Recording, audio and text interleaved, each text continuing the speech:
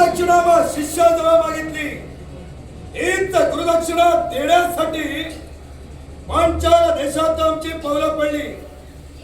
पांचाल नरेश राजा रूपात पंच पांडवातील द्वितीय पांडव भीम आपल्या चरणी नतमस्तक होतो. विजयी होशील असा मंगल आशीर्वाद येण्याचा उद्देश समजू शकेल का? एकच ज्या गुरुने आम्हाला विद्यादान दिलं त्याच गुरुच्या ऋणातून आम्हाला गुरुदक्षिणा देऊन मुक्त व्हायचंय.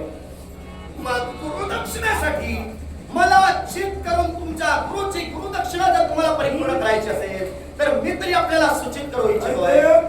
वृकोदर आपलं नाव आपण सांगितलं भीम. मग भीमसेन आपल्या मुखात तुम्हाला ऐकायचं आहे. विद्याभ्यास तुमचा पूर्ण झाला. तुमच्या गुरुदेवतेने तुम्हाला ज्ञानार्जन दिलं आणि त्या ज्ञानार्जनानंतर तातडीनं त्यांनी गुरुदक्षिणा तुमच्याकडे मागितली. ती गुरुदक्षिणा कोणती असेल तर राजा द्रुपदशी संग्राम करा आणि माझ्या वैद्याला माझ्या चरणापर्यंत घेऊन या. मला सांगा विद्याभ्यास आता कुठं तुमचा पूर्ण होतोय? मग आता कुठं विद्याभ्यास तुमचा परिपूर्ण होत असताना थेट राजा द्रुपदाशी युद्ध करण्यासाठी गुरुदक्षिणा म्हणून त्यांनी तुम्हाला पाठविलेलं आहे. युद्धाचा तुम्हाला अजून फारसा अनुभव नाही. याआधी बरीच युद्ध या द्रुपदाने जिंकलेली आहे. तेव्हा माझ्या समोर त्यांनी तुम्हाला उभं केलं म्हणजे व्याघ्राच्या मुखात त्यांनी तुम्हाला उभं केलं. एवढंच तुमच्या मुखातून ऐकायचं आहे. जर या युद्धात तुमचं काही बरं वाईट झालं तर खऱ्या अर्थानं तुमचं पुढे कसं काय? राजा द्रुपद बोलला ते सत्यच बोलला. आम्हाला युद्धाचा अनुभव कमी आहे कारण नुकताच कुठं आमचं शिक्षण परिपूर्ण झालं. पण मला सांगा हो, पोहण्याचा जर का अनुभव घ्यायचा असेल तर तो काठावर राहून येतो की पाण्यात उडी मारल्यानंतर येतो? सुंदर प्रश्न. पोहण्याचा अनुभव जर घ्यायचा असेल तर पाण्यात उडी ठोकावी लागते. पण काठावर उभं राहिल्याशिवाय पाण्यात उडी ठोकता येत नाही. तेव्हा काठालाही प्राधान्य द्यावं आणि पाण्यालाही प्राधान्य द्यावं. तुम्ही काय करतात? पोहण्याचं शिक्षण आता तुमचं परिपूर्ण झालं आणि तुम्ही थेट जिथं नदीची खोली अधिक आहे तिथपर्यंत जाण्याचा प्रयत्न करताय. म्हणून मला असं नाही बरोबर बोलला तुम्ही. कारण तुम्हीच मला प्रश्न उपस्थित केला. युद्धाचा अनुभव नसताना राजा द्रुपदच्या समोर तुम्ही उभे राहताय. मग यात जर का तुमचं बरं वाईट झालं तर जबाबदार कोण? जबाबदार आमचे आम्ही. कारण उडी अशा ठिकाणी घ्यावी की एकदा जर का तिथून बाहेर आलो तर आयुष्यभर कुठे भीती राहता उपयोगाची नाही. आणि म्हणूनच ही उडी तुम्ही ठोकला. माझा विश्वास बोलतोय कारण माझा बऱ्याच वर्षाचा अनुभव आहे. तुम्ही युद्धासाठी पहिल्यांदा माझ्या समोर कदाचित उभे राहताय.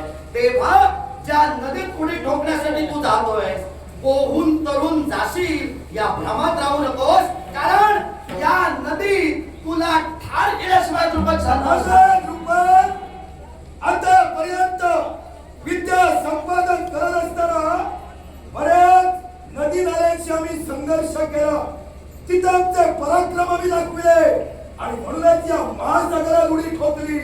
या सागराला आम्ही पोहून पार करू आणि स्वतःचं जीवन सार्थक केलं. सागरात उडी ठोकला पण लक्षात ठेवा सागर आपल्या उदरात कोणाला पोहायला देत नाही. लाटेसरशी कसा टाकून कुठं देईल हे सांगता येणार नाही. तेव्हा सागरात जाऊन पोहण्याची आशा बाळा आता सोडून दे. सागरात उडी घेतल्यानंतर त्या सागराची खोली मधूनच काठावर जाणार आम्ही. पण सागराची खोली अद्यापपर्यंत कुणालाच मापता आली नाही. तू काल सकाळचा कशी काय मापला? याला कारण आहे कदाचित तुला ज्ञात नसेल राजे. हो आम्ही आता जे आलोत ना ते सुस्थितीतच आलो या सागरात उडी घेण्यासाठी. आता पाण्याचं उदाहरण दिलं म्हणून सांगतो. जेव्हा आमच्या बंधूंनी आम्हाला विषान्न खायला घातलं होतं ना तेव्हा मूर्छित झालो होतो आणि तेव्हा पाण्यात आम्हाला टाकलं होतं. तेव्हा जर त्या पाण्याची खोली मधून जर आम्ही जिवंत येऊ शकतो तर या सागराची खोली बदलायला वेळ लागणार नाही. आता शंका उपस्थित झाली. पाण्याची खोली मोजूनच म्हणे तुम्ही फिरताय आणि म्हणून माझी खोली आता मोजण्यासाठी आला. तू खोलवर जास्त जायत असशील तर मी तुझ्या बरोबर खोल यायला तयार आहे. तेव्हा तुझी इच्छा कशी ती सांग. खोलवर जातोयस की काठावरच थांबतोय? तुम्हाला आता कुठं जायचंय तिथं चला मी तुमच्या बरोबरच येणार आहे. मला नाही. तू कुठपर्यंत येतोयस माझ्यापेक्षा जास्त अनुभव तुम्हाला आहे. मान्य केलंस. मान्य म्हणजे तुम्ही माझ्यापेक्षा वयानं श्रेष्ठ आहात, कारण माझ्या गुरुसोबत विद्या संपादन करणारे तुम्ही मग? आणि तुमच्या सोबत ज्यांनी विद्या संपादन केली त्यांचा शिष्य मी.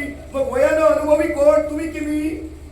वयानं अनुभवी निश्चितच मी, हा? कारण तुझ्या गुरुपासून मी शिकतोय. बरोबर. तू अलीकडे शिकून आता मला येऊन सांगतोय.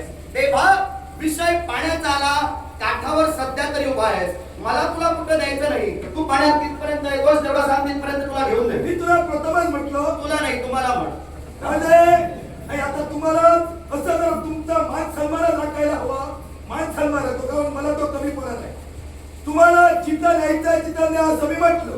आता राहता राहिला प्रश्न, आम्ही जर इथं आलोत ना ते आमच्या गुरुला गुरुदक्षिणा देण्यासाठी झालो. मग त्यासाठी कुठेही जावं लागलं तरी चालेल. मग गुरु दक्षिणा देण्यासाठी जर इथपर्यंत तुम्ही आलात तर मला तरी असं वाटतंय, ज्या गुरुचा कैवार घेऊन आणि ज्या गुरुच्या स्वाभिमानाबद्दल माझ्यापर्यंत तुम्ही आला, हा तुमचा गुरु तुम्हाला पुढे करून आपली सुडा भावना सफल करतो. राजे, आमच्या गुरुने मला ज्ञान दिलाय. आमच्यासाठी तो सर्वश्रेष्ठ गुरु आहे. आमच्यासाठी तो वंदनीय पूजनीय आहे.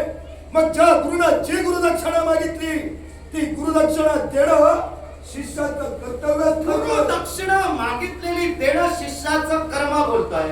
मी तुमचं कर्म चुकीचं आहे मी म्हणत नाही. मी तुमच्या गुरुला दोषी ठरवतोय, कारण ज्यांना आता उभा केलं गेलं, आता अलीकडच्या काळातच विद्याभ्यास परिपूर्ण करून ज्यांना फिरलं गेलं, त्यांना थेट एका राजकर्त्याशी युद्ध करण्यासाठी पाठवलं आणि आपण मागं राहणं इथं तुझ्या गुरुचा स्वार्थ आहे. म्हणजे तुझ्या गुरुचं झालं कसं, साप मारायचा असेल तर तो पावण्याच्या हातून मेला तर पावडा नाही तर साप आपण सुटी. पण राजा मला सांगो, ज्या माझ्या गुरूंनी तुमच्या समवेत ज्ञान संपादन केलं त्या गुरूंना नक्की ज्ञान असेल तुमचं ज्ञान आणि तुमची कर्तबगारी ही काय त्यांनाही ज्ञान असेल.